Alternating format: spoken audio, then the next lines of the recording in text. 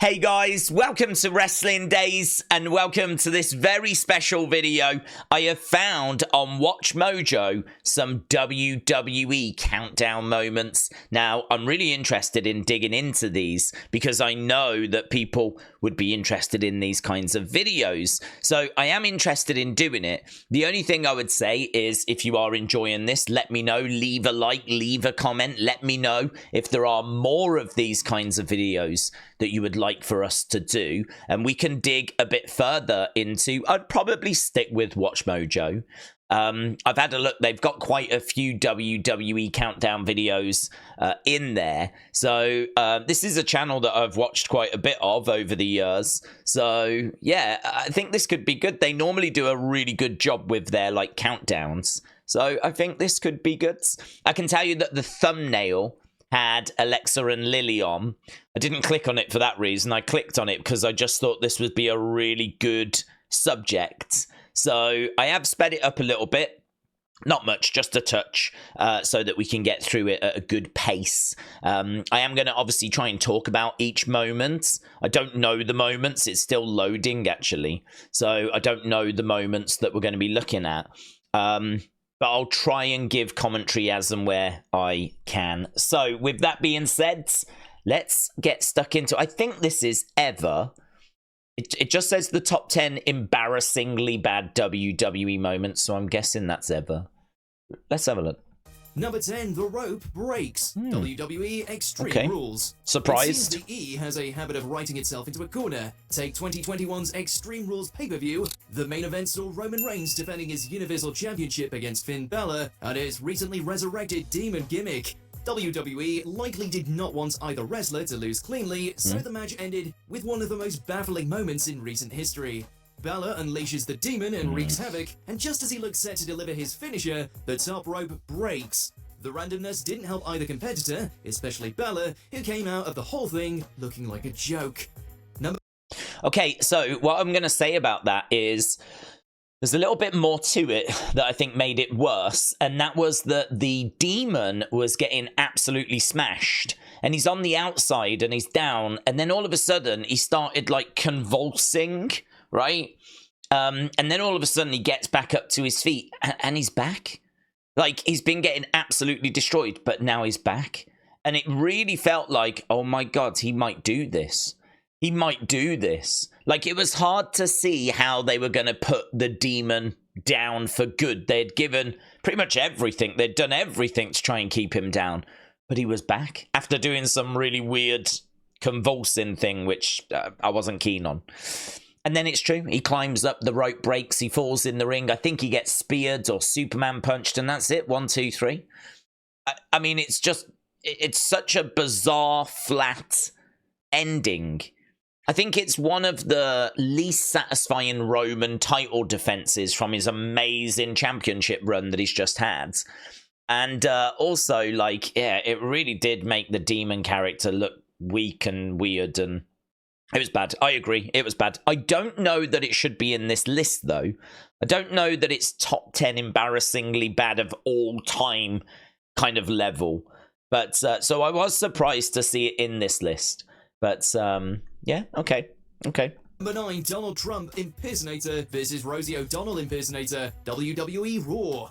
Any weekly show that has been on air for more than 25 years will have its fair share of bad ideas. But not all stinkers are this unwatchable. Attempting to play off Rosie O'Donnell and Donald Trump's real-life growing animosity, the E enlisted 2 impersonators to wrestle in the name of comedy, and we use that term very loosely. The crowd makes its disapproval of the skit clear from the very first second, and that hostility only intensifies as the segment stretches on for nearly 10 agonizing minutes.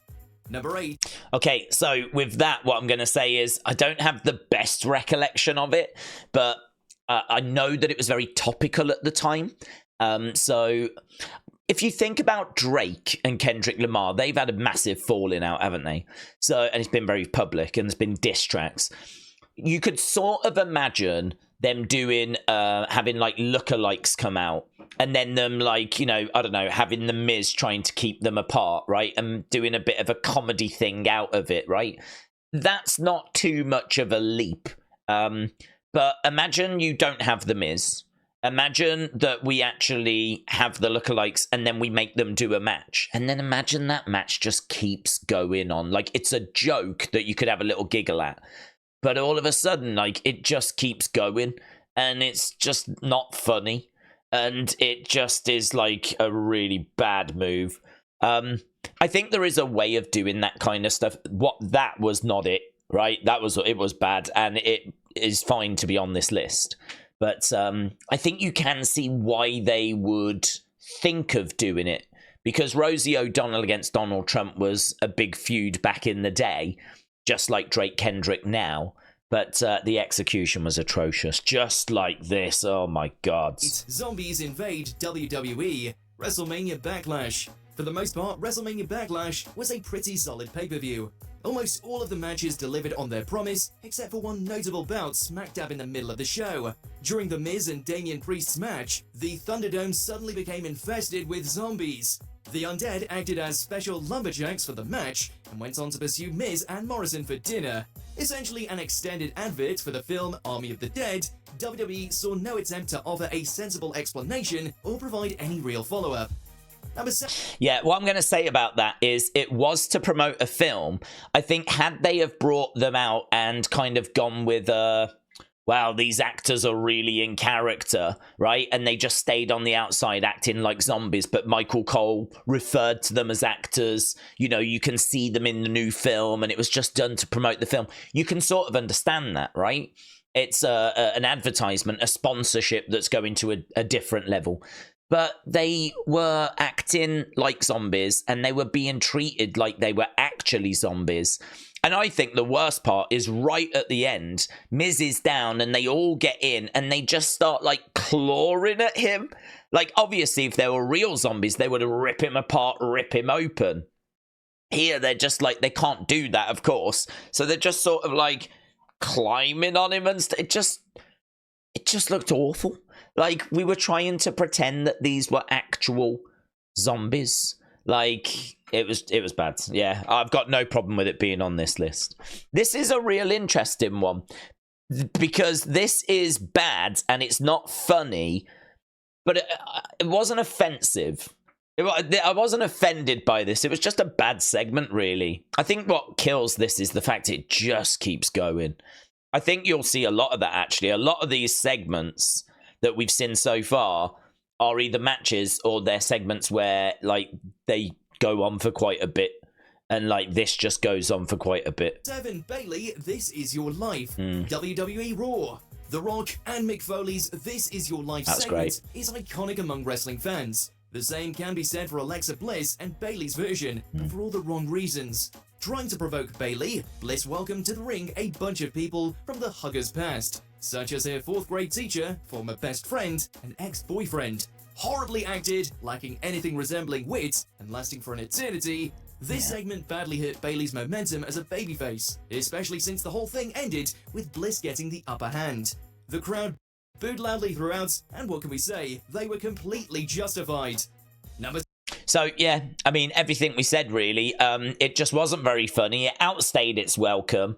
And, yeah, it just didn't have the wit. I do like the comparison to Rock and Mankind, because that was a fantastic segment back in the day. If they were trying to recreate that, and I think they probably were, I don't know if they could have missed more, to be honest. It was a massive miss. And this just doesn't make any sense. Dr. Heine doesn't make any sense. I mean, this, I remember at the time being confused. It's about JR, isn't it? Let's listen. Number 6, Dr. Heine, WWE Raw. So many of the E's most embarrassing moments can be credited to Vince McMahon's peculiar sense of humor. True. Unfortunately for us, the chairman loves poking fun at Jim Ross. While the legendary commentator was recovering from surgery, WWE aired a segment that involved Mr. McMahon pulling things out of Ross's behind. The whole thing came completely out of nowhere, added nothing of value to the show and ongoing stories, and ended on a punchline that still makes no sense. They even aired the skit during the most coveted time slot of that night. Needless to say, it stunk. Number 5. So, yeah, what I'd say with that is it didn't make sense. I suppose the only way I could compare it is if Michael Cole was ill And then all of a sudden we did a segment where Michael Cole was apparently being operated on. And then Vince comes in and starts like pulling things out from underneath, like wherever the wound is, and just pulling out like all this random stuff. Like to Vince, that's hilarious. Like to Vince, that's like, oh my God, this is so funny. But to the rest of us, we're like, what does this, why is that happening? Why is this happening? Why is this on a wrestling show? That is Vince's humor, though. That is true. Oh my God, this is just like Bayley, This Is Your Life. It's a bad segment that I don't think was offensive, but it just kept going on. It just kept going on. I must admit, I'm quite surprised at how many more recent segments there are. I'm expecting like Katie Vick. That's the iconic bad segment, right? That's the one that I think everyone thinks of first. That's what I would expect number one to be, would be Katie Vick. These are all quite like 2018, 2019. I think the zombie one was like 2021. The Old Day, WWE Raw. Unlike other awful WWE segments, The Old Day had plenty of potential to, well, not to be terrible. Everyone involved, Gallows, Anderson, and The New Day, are all very funny. But the segment bombed instantly with the crowd. Lasting forever and a day, the skit put way too much focus on the extras cast, as The Old Day even giving them lines. While things improved slightly after The New Day came out, the segment was beyond salvation by that point. It's never a good sign when the audience reacts to attempted comedy with sustained disinterest. Number 4, Seth. Oh, that'll be good. I'm looking forward to talking about that one. Yeah, there's not much to add to the Old Day stuff. I mean, it was a Gallows and Anderson New Day feud, and it was long. And they, you know, were making fun of them. They brought out the New Day, but they brought them out as old men. And it was just, again, it's one of those, it's a bad segment. People were critical of it at the time. I don't know that it deserved to be that high in this list, to be honest. I think we could easily find some more embarrassingly bad moments. But let's see what the rest are first. But I got loads to say about this. Rollins, this is The Fiend. WWE Hell in a Cell. One of the most damaging matches in WWE history, this main event irreversibly hit Seth Rollins' big push, ruined The Fiend's aura, and spat in the face of classic Hell in a Cell fights. A supernatural character who no-sold attacks, The Fiend's popularity resulted in a title program with Rollins. It all culminated in a Hell in a Cell match where neither wrestler could afford to lose. WWE's solution was to end the match on a no contest, due to Seth being a bit too violent. Absolutely nobody bought the cop-out finish, as the crowd rained down boos while also chanting for the competition. Number 3, Mae. It was bad. It was really bad. I'm going to defend it a little bit, though, right? Which is going to surprise people. But I'm going to defend it because I actually think that what they were trying to do is they were trying to have the Fiend kind of trick Seth. I just don't think they communicated that very well. So what happens is the Fiend is lying in the ring, motionless, and Seth is getting more and more crazed. Like, he is desperate to beat the Fiend. He's desperate to keep the Fiend down. He is grabbing toolboxes and anything, ladders, whatever he can. He's chucking it on the Fiend. And at one point, the ref is saying, stop, you're going too far. And he is saying that to Seth. But Seth is just, he's gone, he's crazed. He's just trying to do whatever he can to keep the Fiend down. In the end, the ref stops the match. And as soon as the match is stopped, the Fiend is fine. He gets up. In my mind, I've always interpreted that as the Fiend didn't care about winning and losing. He wasn't bothered about winning a match, which I really don't mind. Like, the Fiend, like, you might worry about wins and losses. The Fiend doesn't. The Fiend is all about inflicting pain and doing whatever he wants. The Fiend isn't here to, like, you know, win matches and go on undefeated streaks. He's going to do what he wants to do, and if he loses that match, he's not bothered. What he wanted to do is drive Seth insane, and you could make the argument that he actually achieved it in that match. Now, what I've just said, they did not communicate.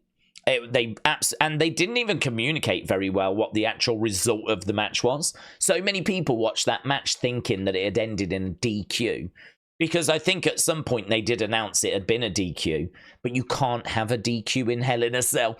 You can't have a DQ. So, I mean, it was botched. It was botched. People hate it. I do think I can see what they were trying to do, or at least I think there's a way that you could save it, explain it. But, yeah, I think it's by this point, it's a lost cause. Too much water under the bridge, and I think a lot of people, if you was to talk about the worst Fiend moments, that match would definitely get mentioned. And honestly, it probably does belong on this list, even if I can make an excuse or find a reason as to what they were, you know, trying to achieve. So yeah, that was that.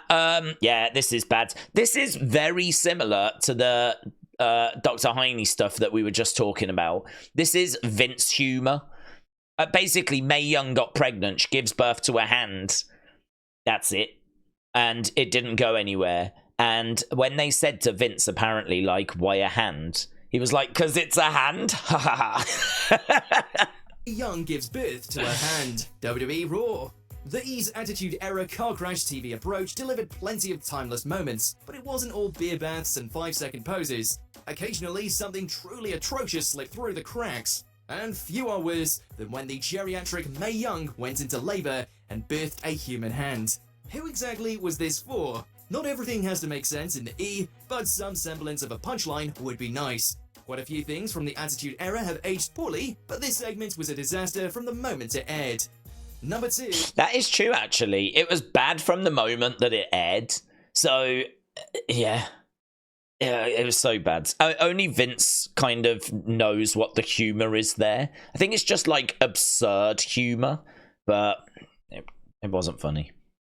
Katie Vick. Is this number 1? This has got to be number 1. Katie Vick. So what's number 1? Yeah, this is awful. This is Triple H and Kane, and it's all to do with Kane's girlfriend having passed away, and Triple H kind of pretends to be Kane. And then he pretends to recreate, like, the funeral, and he ends up, like, pretending to make love with the body. And, I mean, it's just awful. It's just awful. I mean, I appreciate them, you know, pushing the envelope, but, I mean, oh, God, this is bad. This should be number 1. This should be number 1. WWE Raw. After years of championships, tag teams, and epic moments, Kane's days as the WWE's most terrifying creation were winding down. And then Katie Vick happened. In an inexplicable storyline, Triple H revealed that the Big Red Machine had been responsible for the death of an old girlfriend. This exercise in poor taste reached its awful peak in a funeral home segment that saw Triple H dress as Kane and share a casket with a doll of Katie Vick. Disturbing on every level, this storyline should have never made it past the writer's room. Before we continue, be sure to... I genuinely don't know what number 1 is going to be, right? I'm really trying to think, actually, as to what it could be. But what can be worse than, like, the Katie Vick storyline? It's so bad that every time a conversation like this comes up, that will undoubtedly be mentioned. So, yeah. To subscribe to our What's channel number and 1? ring the bell to get notified about our latest videos. You have the option to be notified for occasional videos or all of them. If you're on your phone, make sure you go into your settings and switch on notifications. Number 1, Lily Winks. WWE Raw. While spooky gimmicks have their place in professional wrestling, characters with genuine... This was on the thumbnail, so of course, I forgot. This was on the thumbnail. I don't think whatever this should be number 1, though. There's plenty of crimes that Lily caused in my mind. I was not a Lily fan, right? I know many people were, and I know they sold loads of these dolls, but I was not a Lily fan. So for me, Lily being on this is fine. I have no issue with it. I wouldn't have put it at 1, though. I still don't think whatever we're going to mention here is worse than Katie Vick. Genuine supernatural powers tend to be a hard sell. You can only suspend your disbelief so much before it reaches a breaking point. And a doll winking to cause a distraction during a match is about 100 steps beyond that mark. Alexa Bliss and Doudrop both tried their darndest to make this moment work, but they couldn't overcome the innate cheesiness of the core idea. Lily winking is one of those incidents that can make a fan concede that maybe WWE is no longer for them. Maybe check out AEW instead. Do you agree with Don't do that. So, so yeah, I mean, look, I hated that moment. I hated a lot of Lily moments. They basically tried to have a doll that was alive. I think it'd be one thing if only Alexa could see her talking or something, because then you can go down the is Alexa losing her mind road, right? But the fact that Lily Winked and Dewdrop, as she was known then, Piper Niven, saw it means that, you know, perhaps it wasn't Alexa that was losing her mind. Perhaps we had a doll that had come to life, which is just a hard sell in it. It's just a real hard sell. So yeah, I agree. I think that is bad. I am having to be a little bit careful because I know there's lots of people in our community that actually really liked Lily and thought there was potential with that. But I'm just being honest. It was not something that I ever personally enjoyed.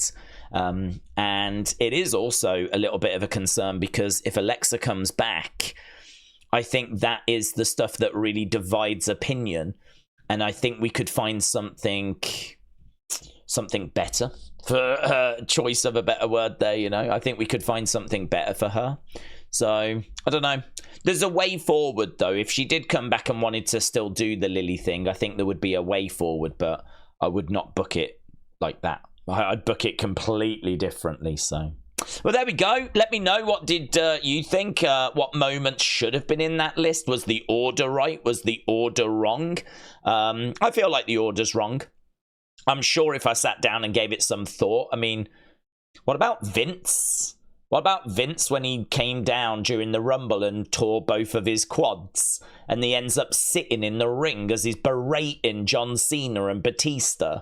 Like, that was bad. That was embarrassingly bad. You've got Vince sat in the ring. He can't stand up because he's tore his quads. And he's had to come down because the end of the Royal Rumble has been botched. Like, that was an embarrassingly bad match. That was worse than the old day, you know? That was worse than that, so... I don't know. I think we could find some moments that should have made this list. But yeah, let me know your thoughts down in the comments below. I think if this gets a decent reaction, we can have a look at some more Watch Mojo WWE moments. So thanks a lot for watching. Appreciate the support. And I will see you again next time. Bye for now.